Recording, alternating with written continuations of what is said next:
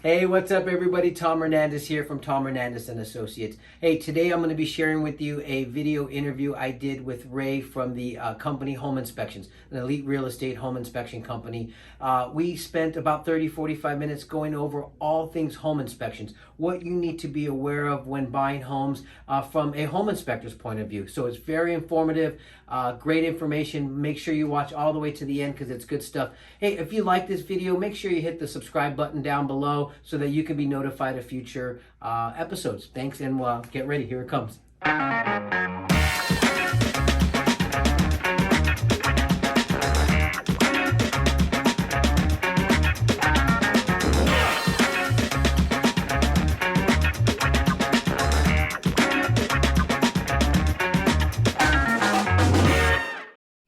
All right, everyone. Today I have an amazing opportunity to sit with a seasoned home inspector, Ray from the company Home Inspection Group. Welcome, Ray.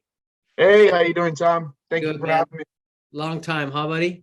Yeah, it's been a while. I love it. I love it. So, Ray, why don't you tell the audience a little bit about yourself, how long you've been in the home inspection business, and good stuff like that? My name's Ray Gastelum. I'm co-owner of the company Home Inspection Group. Been in the industry a little bit over 7 years now. So I was more on the marketing side of the business with another company before I started my own. I am a full-time inspector though now, and I'm also full-time marketing. I kind of do a little bit of everything. I wear many hats for my company, as most business owners do. Gotcha. Gotcha. Good stuff, Ray. Well, thank you for taking a few minutes to speak with us. I really appreciate that. I really want to target this meeting to kind of help homeowners, future homeowners, some buyers, and maybe even some real estate agents, some new agents that might be getting into the business so that they kind of get an idea of everybody talks about home inspections. Oh, you got to have a home inspection done. But, not a lot of people really know the intricate details about home inspection. So I really want to spend this time. I got a list of some general questions that I want to ask you that I've written down, but something might pop up that I might think of, or if you might have something that you want to share. And I just want you to make sure you feel free to jump in on anything that kind of pops in your head at that time. Sound good? Perfect. Perfect. So my first question that I have is, what do you see as the most important part or component on a home inspection? Like from your perspective as a home inspector, is there something like that you kind of like, I gotta keep an eye out for the buyer for this, or something like that's really important? Like as a home inspector, your perspective when going into an inspection, what do you see? What are your thoughts?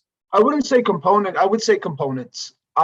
Yes. There's something called main systems, and that's going to focus on the roof, the electrical, the plumbing, the foundation, structure, so on and so forth.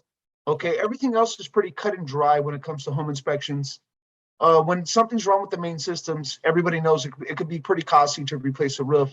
Electrical problems, you run into knob and tube wiring in these older homes, especially in flipped homes too. Everybody, you see these listing pictures online and you think, oh, this home's beautiful, it's the one. And then when you really start getting into the home and digging into it, and you start finding all these issues with electrical and plumbing, it could spiral out of control from there. Gotcha. So you kind of go in with the idea of these main components: roof, foundation, plumbing, electrical. Yeah. So basically the whole home inspection kind of focuses around those systems. Everything else you're going to find on every general inspection.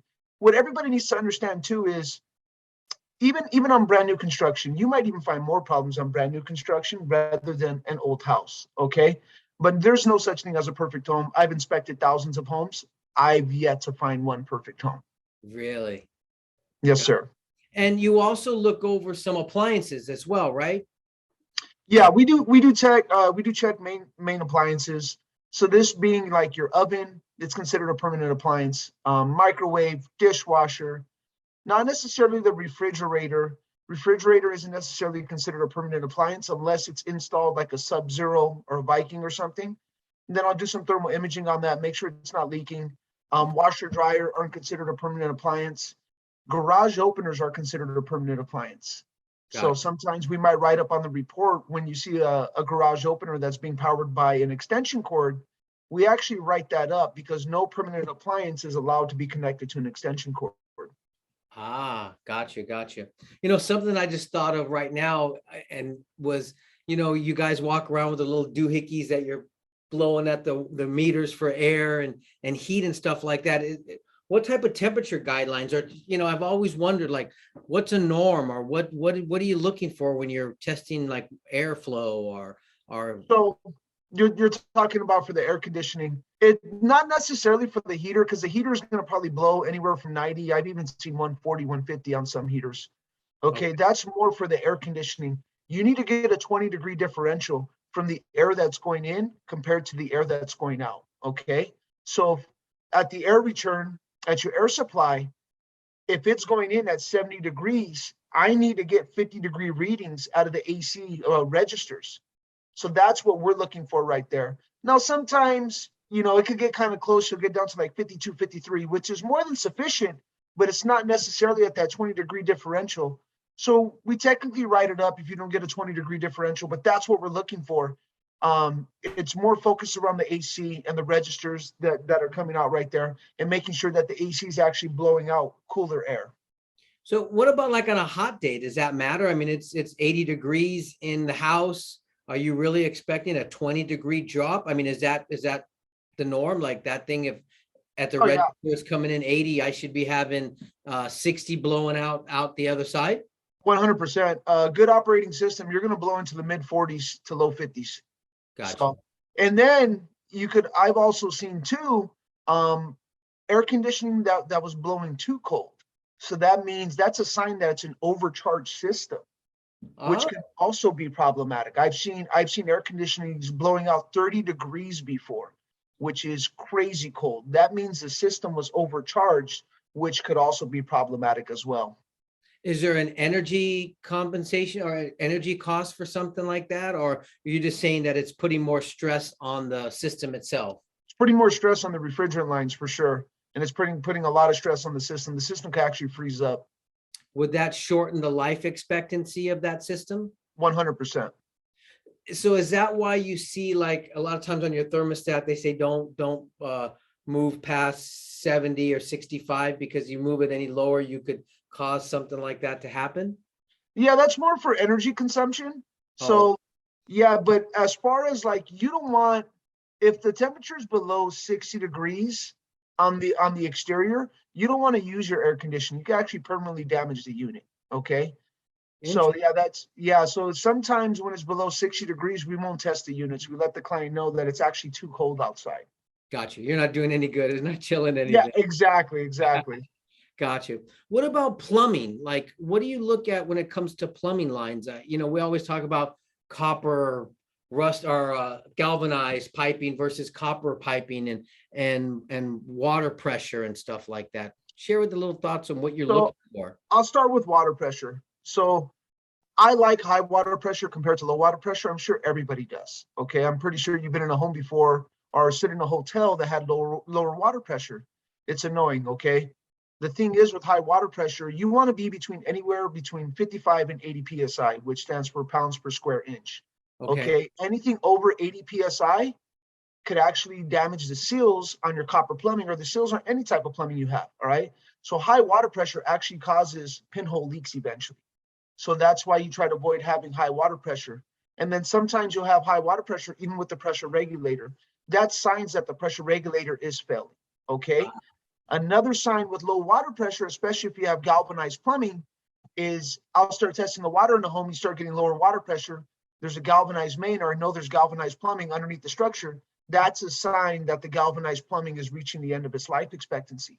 Okay. I'm pretty sure you've been in older homes where you turn on the water and the water looks brown or it looks red when it's coming out. Okay, yeah. That's called rusty water right there. That lets me know the interior of that galvanized plumbing has rusted up. It's reaching the end of its life expectancy. It's not a matter of if, it's a matter of when with galvanized plumbing. It's just older material they don't use anymore. I try to explain to the client, like, look, this is the type of material they use when they built this home. We do recommend upgrading it. You might get by with it for a little while, but eventually this stuff is going to give way. Okay. Copper plumbing is by far probably the best type of plumbing you can have. Everybody's using Aquapex now though, or PEX plumbing. Yeah. Everybody knows PEX plumbing. It's clear or it's red or it's blue, depending on what type of line it is. Okay. Aquapex is actually rated for I believe 20 to 30 years. It's very hard in plastic. It's not PVC. It's a little bit different, and it's a lot cheaper than installing copper. Copper is actually pretty expensive to repipe your house with. Everybody repipes with aqua PEX now. Any type of new construction we run into now, you're going to find PEX plumbing in it. That's what everybody uses now. And Interesting. then one thing I also do write up too is copper can corrode. Okay. Oh, So it anytime, can. oh, it can 100%. It's called electrolysis. All right. So anytime copper plumbing comes in contact with a dissimilar metal like galvanized steel, or what I see a lot is you'll have metal conduit from your wiring shooting underneath the house. This conduit is laying on top of copper. It's touching it in one area. That causes electrolysis. Even if it's touching in one area, it's going to cause that copper to corrode in sections, and eventually it'll give way. Interesting. So the life expectancy of copper plumbing is what? It just depends on how well you take care of it. But I mean, any plumbing. So you run into older copper plumbing sometimes. I ran into copper plumbing that was 40 years old. It was still in decent shape. Okay. But any type of plumbing, you're going to be at like 30 years, 20 to 30 years, somewhere around that range. So I mean, obviously I've been selling real estate for 25 years, and I've always thought galvanized had like a life expectancy of about 30 years. And am I wrong there? Yeah. So look, this is what you got Thanks. to figure too. Thanks, I Ray. love. No. You're not wrong. Actually, you're not wrong. Oh, okay, good. So yeah.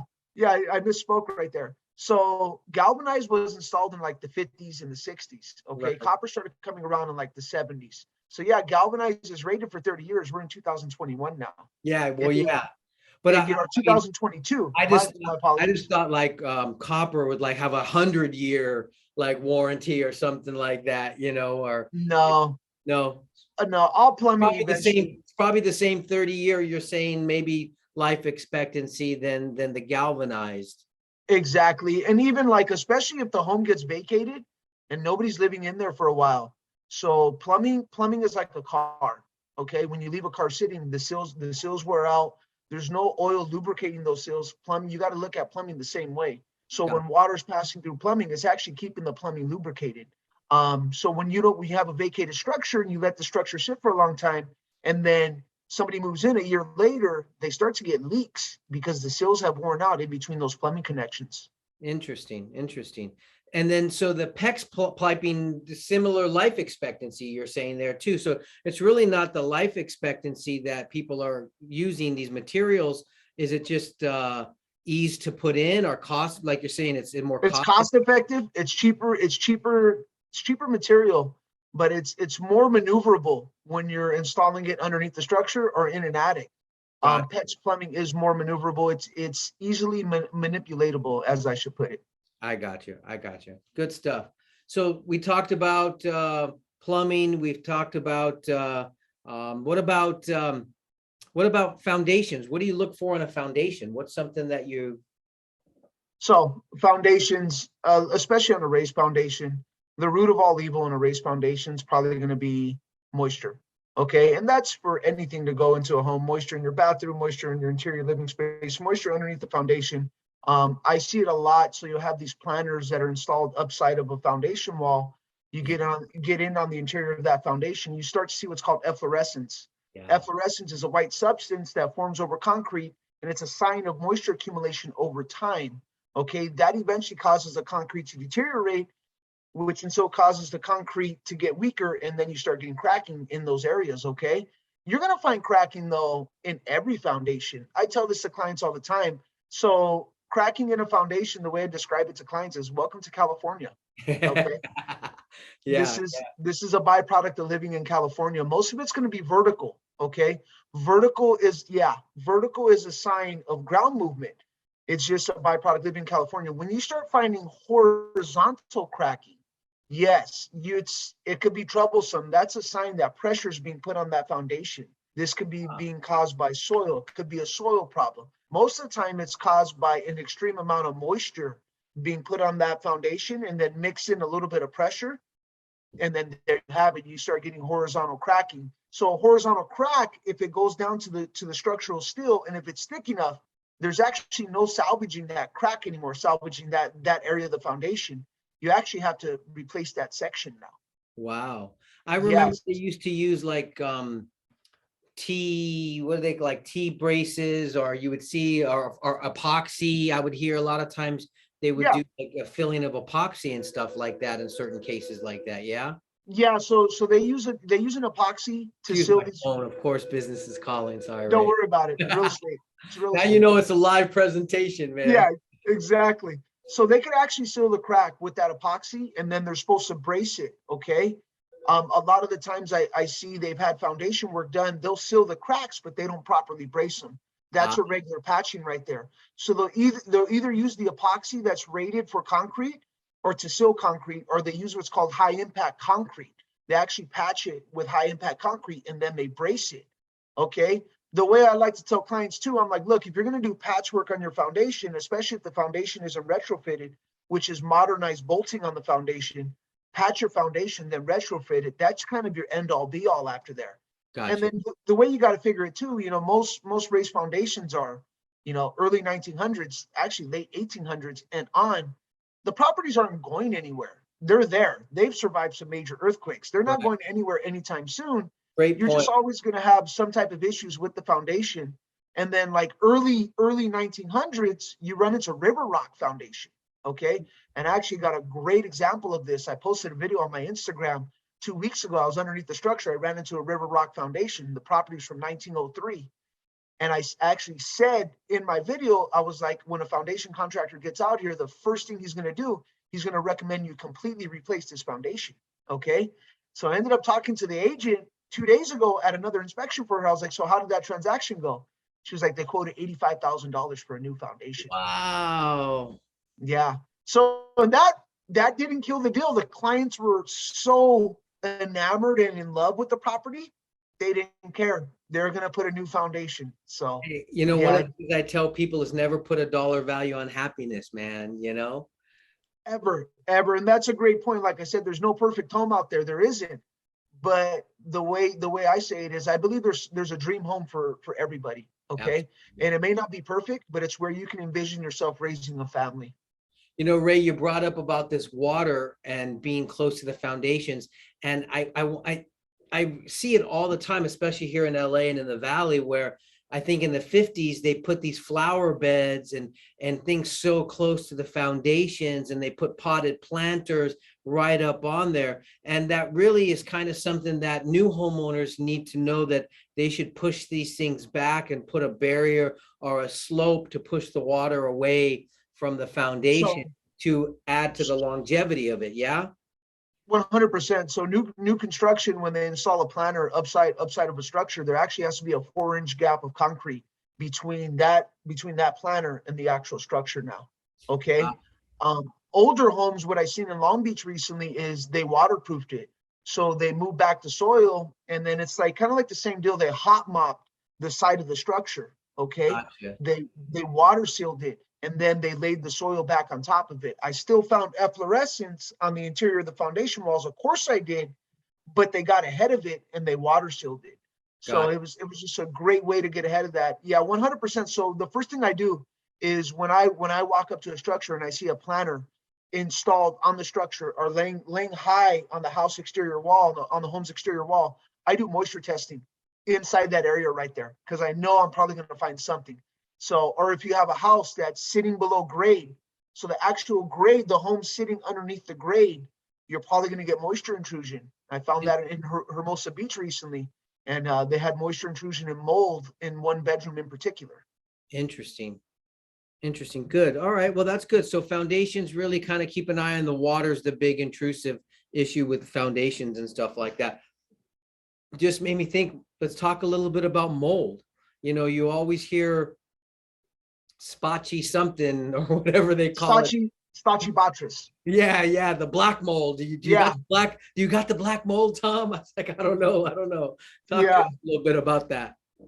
Mold. So mold is actually naturally occurring too. There's natural molds that aren't harmful. You're gonna find mold in every home pretty much. Okay.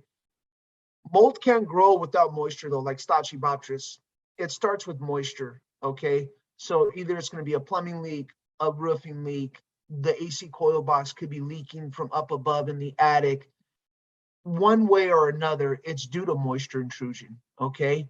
And that's kind of like a home inspector's worst nightmare is to probably get a call and say, hey, there's mold in my house. Not when I was there, but I definitely looked around for it everywhere. But I've knock on wood, I've never gotten one of those calls. And you got to look out in all your accessible plumbing areas. You do moisture testing. That's what I do. Okay, behind shower walls. If a shower pan's failing, I'm doing moisture testing everywhere in the bathroom, everywhere in the laundry area, kitchen. Underneath the sink is probably the most common place where I find mold. Okay, go ahead. Would you recommend a mold inspection on every home? I Or, wouldn't necessarily. a lot of times, like when I'm talking with my buyers, I'm letting them know, let's start off with a home inspection. Let's have Ray come out there. And if Ray finds signs of water intrusion or leaks or mold present, then we have a mold inspector come. But there are a lot of agents now, especially in the high-end luxury market, where home inspector shows up, termite guy or smoke retrofit guy, a mold guy, geologist, like they just, I mean, Yeah, $5,000 spent in one inspection day, and it's like, is that overkill? Or are you on board with something like that? it's all up to the client. Okay, if the client's nervous about mold, you don't ever want to discourage a client from ordering a certain type of inspection. If they want a mold inspection, you let them get a mold inspection. Yeah, of Okay? course, of course. Yeah, you don't just let them do their thing. Okay, I did a $30 million property 2 weeks ago, or I would say 3 weeks ago now. It was $30 million. Okay, very high end clientele. All right, she allowed me to bring my own team with me. Okay, so I've been in the industry so long, I know we do mold inspections as well, but an actual licensed mold company, I had them come out. Okay, Wow. we're certified to do mold inspections. This company, this is their bread and butter. That's all they do. Okay, so I brought him out, and we found mold in around 6 different places in that property. Wow. So, and probably the most common area in a high-end luxury property is the wine cellar. Every high-end luxury has a wine cellar. You're just asking for mold in there because it's a constantly cold area and Yeah. it's a poorly ventilated area. It's very, very common to find mold in those areas right there. But you don't ever want to steer your client away from getting any type of inspection. If they want a foundation inspection, they want a mold inspection, have them get it done. The way I like to tell clients so too is I kind of prefer doing the home inspection first, maybe to save your clients some money. Yeah. And then if I start finding moisture issues, I start finding moisture damage, maybe then consider a mold inspection. I mean, I've always thought too, is if we do a general inspection and there's something that's so obvious that's wrong with the property, I'm sure glad I didn't waste $500 or $600 on your mold inspection when we were never going to buy this property because of the general picked up a huge crack in the foundation or something that was, a serious health or safety defect, that we were walking from this property no matter what. And I sure am glad I didn't spend, this extra cash on something that you weren't going to buy anyways, 100%. And then, I ran into it with clients. Sometimes we're too good. So I ran into, yeah, we're too good sometimes. So I ran into it with the client in Inglewood a while back. And, we tore this place up. It had knob and tube wiring. It had a recalled panel. It had cast iron galvanized plumbing. You name it. This place had it. So the client actually didn't want to pay for the inspection report after we were done. Yeah, they backed out of the deal and they didn't want to pay us. I ran into that a couple times. Sometimes we're too good. Sometimes we're too good. So now you get your payment ahead of time and you show up, you ask for the payment and stuff like that. Yeah. We would prefer if they paid ahead of time, but we're there to do a job though. I'm not going to tell a client at the end, well, you haven't paid us, so I'm not going to go over the inspection report with you. It's all in good faith. Most of the agents we work with, we've had long-standing relationships with, so we know we'll see it on the back end. We're not worried about it. But yeah, sometimes we're too good though. Some of these clients are good. They're good, man.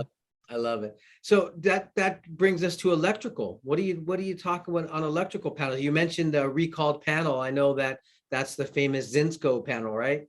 Yeah, so it's Zinsco, and Sylvania is actually the same thing pretty much. So it starts with, I believe it's the 5 major brands. So you're going to go Federal Pacific's number 1. Okay. You see a Federal Pacific, it's okay. Okay. Stablock is actually a Stablock Federal Pacific. It's made by Federal Pacific. It's just a different subsidiary of it. Okay. And then you got Sylvania, and then you got Zinsco. Anytime you see like the blue and green and gray breakers, Yeah. chances are you have one of those panels right there, or with stab block, it's orange, they're orange breakers. Gotcha. So sometimes though they get a bad rap, okay? And just because one panel's bad doesn't mean they're all bad. They're just known to be problematic. They're known to overheat. Okay, that's the way I describe it to clients. Doesn't mean this one's bad. I do highly recommend replacing it though. Yeah. And what clients have to realize too, like no matter what you're going to find in a home these days, whether it be plumbing issues, foundation issues, mold, electrical, roof, we're in 2022 now. This isn't 1970, 1980, 1990, where some of these things were an end all be all and the house was done. The deal was done. Yeah. Okay. It just all depends on how much you want the property, your means, how much money you're willing to put into the property. Like I said, 2022, I truly believe anything could be fixed and anything could be amended now. It's all up to the client at the end of the day. And it's funny because I tell my clients that, listen, you're not buying a 2022 BMW here. You're buying yourself a classic Mercedes. And yeah, these things are going to need, your timing belt's going to need to be changed, and tires are going to need to be rotated. And, you might have to put some disc brakes on this bad boy at some point, but you've got a classic, you've got something that's going to be lasting you around for a long time. And like I said, even if it's brand new construction, you're going to run into issues. I did a 2021 Venice last year, and I couldn't even crawl the foundation at first. It was just flooded with water. Yeah. So yeah. they had to get some ventilation fans down there. They dried it up. Eventually I was able to crawl it. I found 3 gigantic cracks. And I mean, there's a difference between cracking and then what I like to call juicy cracking. Juicy cracking. Oh yeah. Where you're talking about 1/2 inch to 1 inch wide. And you're like, wow, this is some nice cracking. And welcome to California. As soon as they poured the foundation, there could have been an earthquake the next day. Yeah, that's just a byproduct of living here. Gotcha. And another byproduct living here too is termites. Yeah. Termites love California weather. Okay. The humidity is just at that perfect level for them. And even more so if like towards the desert, you get like subterranean termites. It's not as bad over there. But like in the valley, in the beach area, greater Los Angeles, you get drywood termites. They love this weather. So, I'm glad you brought that up because, I sold a house to a guy a few years ago, and his mom was a realtor in Texas. And he said, oh, we got the termite report. They had some termites, and she lost it on us. Back out, get out of this deal. It's got termites. And I'm like, Mom, it's okay. We're going to treat it. But apparently the termites in Texas, they can eat your house down in like 5 years, And I was like, yeah, I haven't seen a house get destroyed in 5 years in our termites, right? I mean, we're better than Texas termites, no? Yeah, I guess, well, like they say, everything's bigger in Texas. I guess termites are a little bit bigger over there as well, too.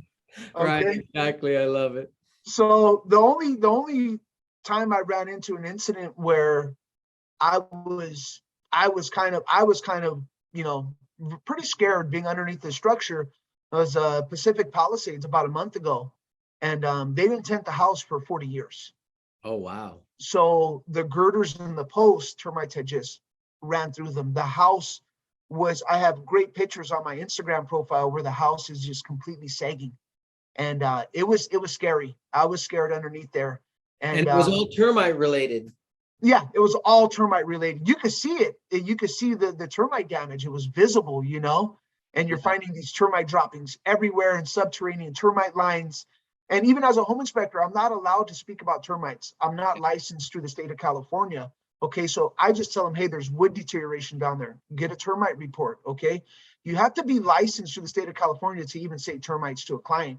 It is highly regulated by the state of California. They play no games when it comes to termites. That's one thing that you're 100% right. I've never seen any, they all have to file their reports with the state of California. So you're not really going to find them, one guy call out some more work and the other guy not call out the other work. It's really how they are going to treat the work. Some may use an orange oil, some may use a tenting, but they all are going to mostly call out kind of the same damage. Yeah 100%. And what everybody has to realize too, so I ran into another structure recently where they had just tented last year, and then they had another termite inspector go over there who really, it looked like he really didn't know what he was doing. I hate to talk about another company or inspector that way, but he called out another tent. Okay, he was finding droppings. Those droppings might be older though, okay? What the client didn't realize though is that every tent has a 2-year warranty on it. Right. So if the home gets tented, call back the company that did that tent. They'll come back out. They're Yeah. going to actually vacuum up those droppings, come back in about 2 or 3 weeks to see if there's any fresh droppings right there. Right. Okay, so I definitely seen that before too. And I'm glad I brought up that point right now. Termite inspectors are licensed through the state of California. They're highly regulated. Home inspectors, it's the polar opposite. Okay, there's actually 0 licensed home inspectors in the state of California. I believe 29 states license them. California isn't one of them, which is weird because California licenses and regulates every profession pretty much. Yeah. Yeah. Just like real estate. So the way I like to describe it is you're a real estate professional. There's no such thing to me as a professional home inspector because we're not licensed. Okay. We are certified though. There's around like 4 or 5, 6 different boards that certify home inspectors out there. We're internationally certified.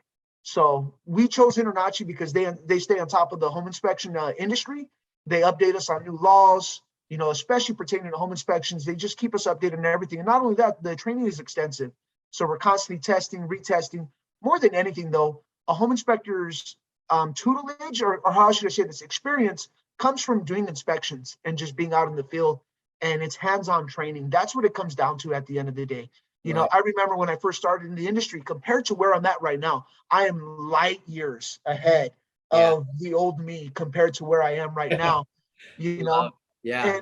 and a lot of it comes down to bedside manner and presentation. Okay, I could send anybody into a home. They could find a defect. I could send you into a home right now, Tom. You'll find a defect. How are you going to present it and articulate it to the client is going to make or break everything. Okay.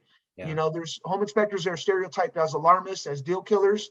We try not to be that, okay? But I'm also not going to sacrifice my integrity. I'm going to make sure the client is very well educated on the property they're buying, but I'm going to do it in a manner that's not going to scare them out the door.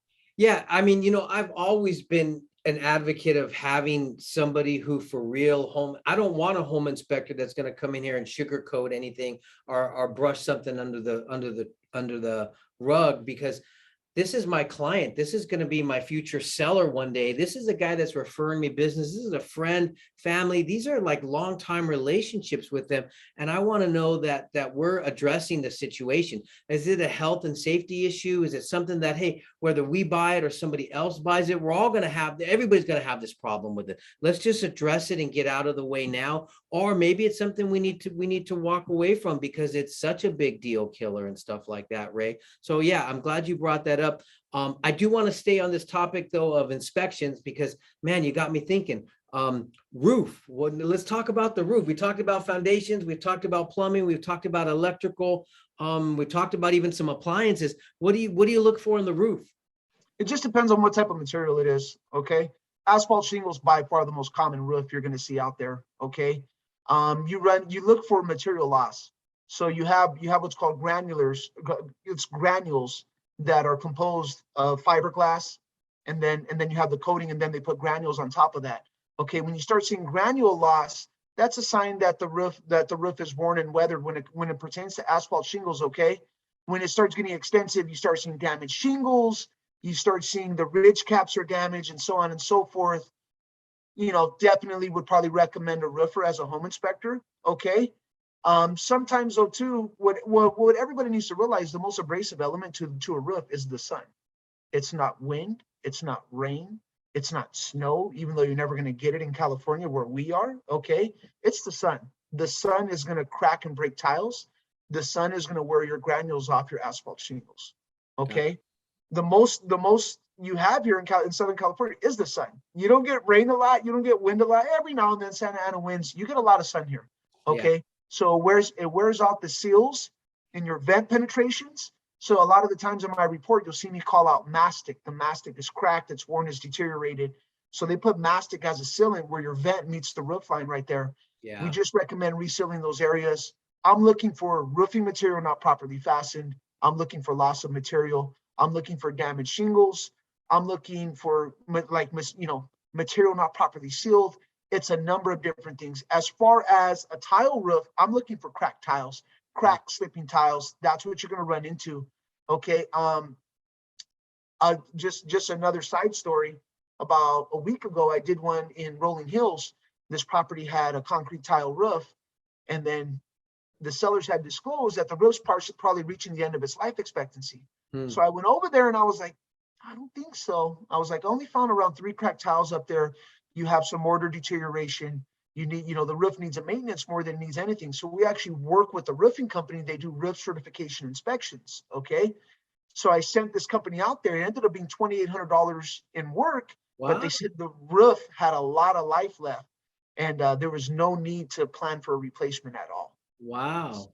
Yeah. So, kind of talk the clients off a ledge right there. They're already expecting to spend $20,000 on a new roof. Yeah. But we look for a lot of different issues with roofs. Like I said, that's one of the main systems with the property right there. If there's something wrong with the roof where it does have to be replaced, it could be pretty pricey. Okay. There's some roofs out there that I automatically call out. When I'm walking up to a structure and I see a cow shake roof, I already know I'm riding up this roof.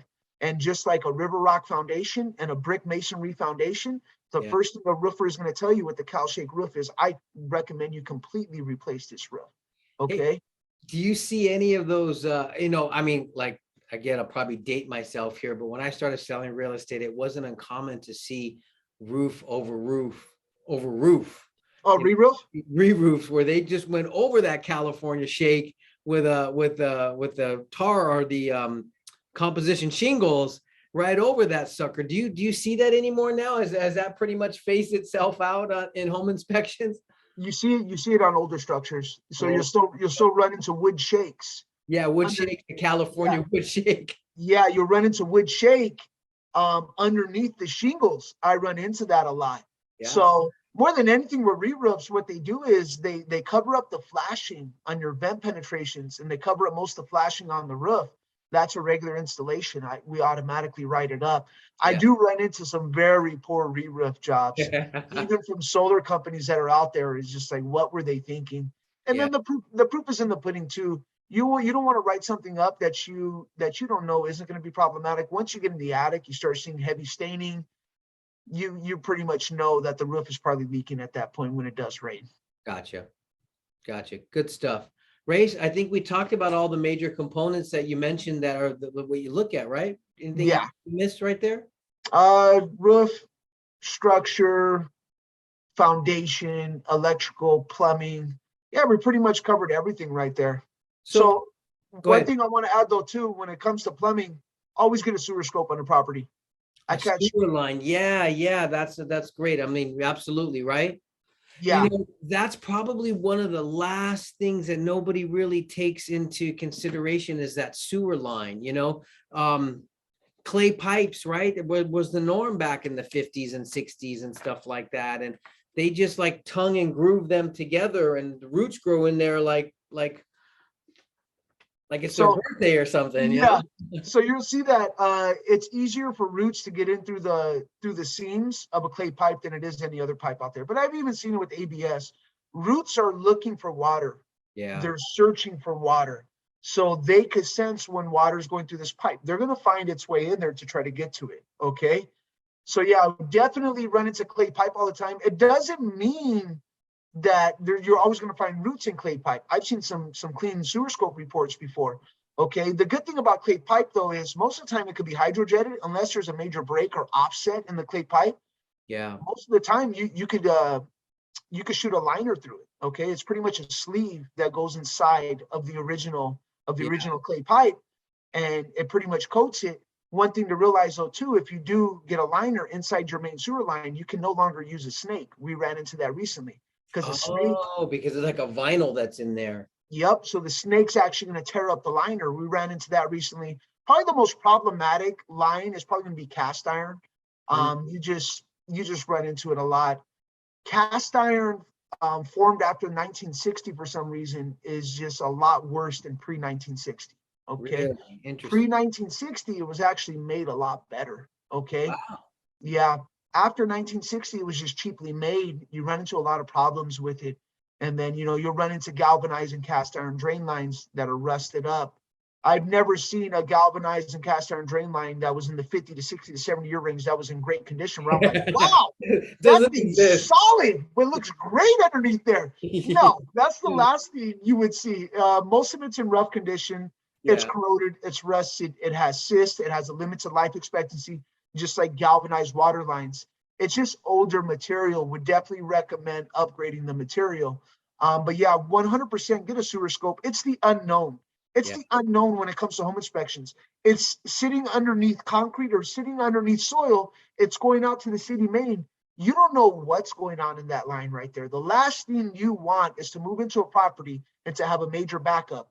And now you're on the hook for $20,000-$30,000. You know, when I see a clean out somewhere at the front of the property, that's kind of my first sign that these people have had issues in the past and they got tired of taking off their toilet and running the snake through. So they had the plumber install a clean out towards the front, and that's how they do their maintenance. And listen, I mean, look, and I had a house that twice a year we ran the snake through, and that's just the way we lived until, I saved up enough cash and had the line through. So it doesn't necessarily affect the integrity of it, but you should know what you're getting into as a homeowner. Last thing you want to do is have a dinner party or have your friends over for a birthday party to celebrate your kid. And it will happen that day. The toilet backs up on that day and you didn't know. Yeah. Stop flushing wipes and feminine products, okay, tampons down the toilet. All right. Because that's what you find the most when you have these backages or Yeah. these backups or these blockages. It's most of the time it's wipes. People are Yeah. using wipes and they're flushing them. They're not flushable wipes. Yeah. And the line's just backed up like no other. Yeah. Good stuff. So I got a couple little closing questions I wanted to ask you. Would you ever tell a buyer not to buy a house? I have before. You have before. Full transparency, I have before. Only one time though. I would never tell a buyer to not buy a house. That's actually none of my business. That's between them and their realtor. I'm just there to point out the material defects of the home. Okay. It's their knowledge now that I've given it to them to make an educated decision with the real estate agent. Okay. I ran into one structure though, where it was just, it was a tear down. It was a flip, but it should have been a tear down. Okay. Yeah. Wow. Full transparency, the cripple walls were around 4 feet high, which are very tall cripple walls. They weren't properly braced. They were leaning. There was a lot of wood deterioration. Foundation had heavy cracking. I told the buyer flat out, she was a young girl. I was like, look, if you were my niece, if you were my daughter, I would tell you not to purchase this property. More because when they spent the money rehabbing the house in the wrong areas, right? Meaning that they did the bathrooms and kitchens and they neglected to touch this piece there. And that piece probably was the most costly piece of all. Yeah, 100%. Structurally, the soundness affected the structural soundness of it as well. That place was one good earthquake from tumbling. It was. But the real estate agent too, I have a long-standing relationship with him.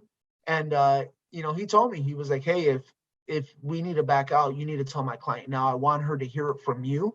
Yeah. I don't want her to hear it from me. I want her to hear it from the professional. So like I said, I would never do that again.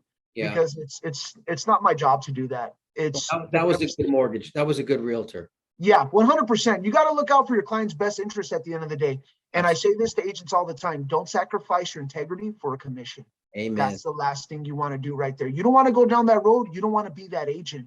Yeah. Don't sacrifice your integrity. It's all you have at the end of the day in this industry.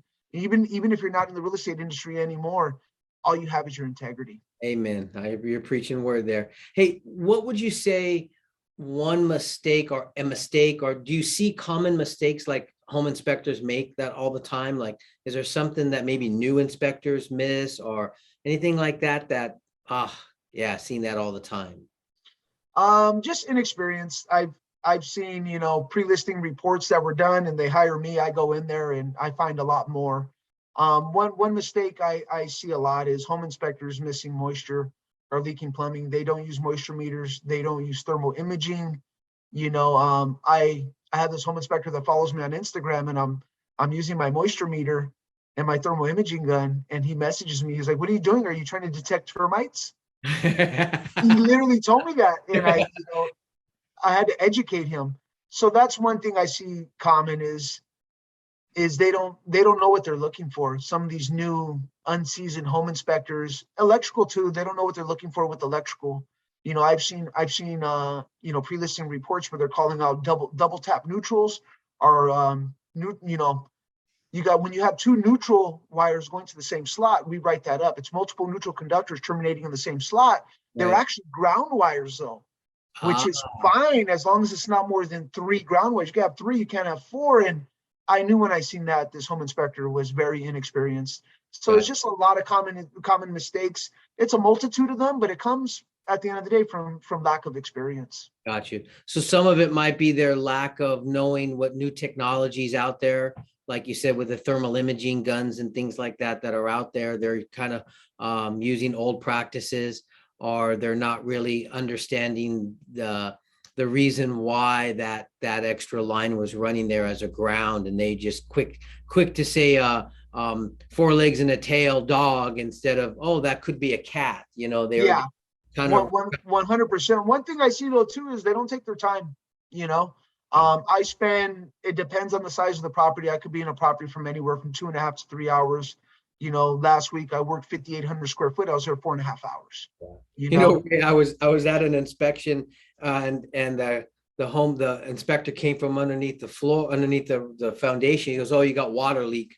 Got a lot of water back there." And I was like, "Really?" He's like, "Yeah, there's a lot of water back there."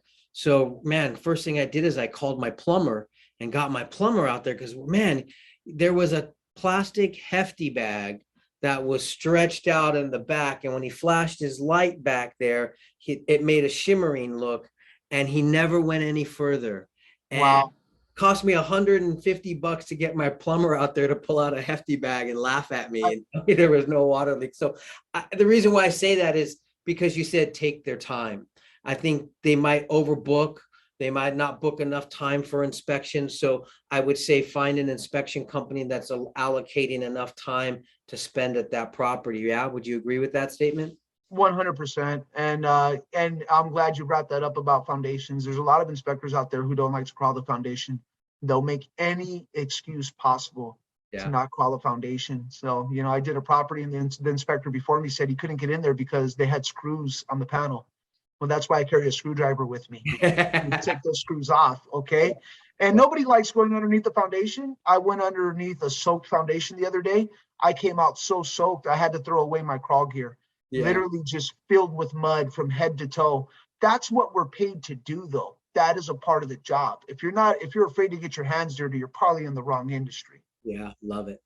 Hey, Ray, I know we're approaching on an hour, and it just feels like we've flown by, and I feel like we could probably talk another hour here, but I definitely value your time. Any closing comments that you would want to say to a buyer that's getting into the market? Any advice that you're thinking that, hey, check this, do that, or other than call Ray? Yeah, I like to use that one. Hey, if you go into escrow, make sure you call me. Even if you don't call me, do research. Okay. Don't go based upon what you've heard. Go based upon reviews, word of mouth, people who have used this inspector before, and even companies with good reviews out there aren't the best. Okay. Make sure you do miles and miles of research, especially in California. You're investing $1 million now. That's just the going rate for a property here, even condos now. If you're going to invest $1 million into something that you're going to live in, maybe potentially for 20 to 30 years, you want to make sure you're hiring the best. Okay.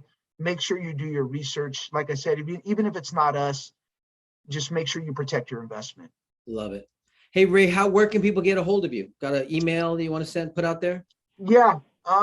Yeah. Should I put it in the chat? No, there's no point in putting it in the chat. No, just maybe say it out loud. I'll put it in the Yeah. comments down below. But what is it, Ray? Phone numbers, area code 213-393-3670. That's area code 213-393-3670.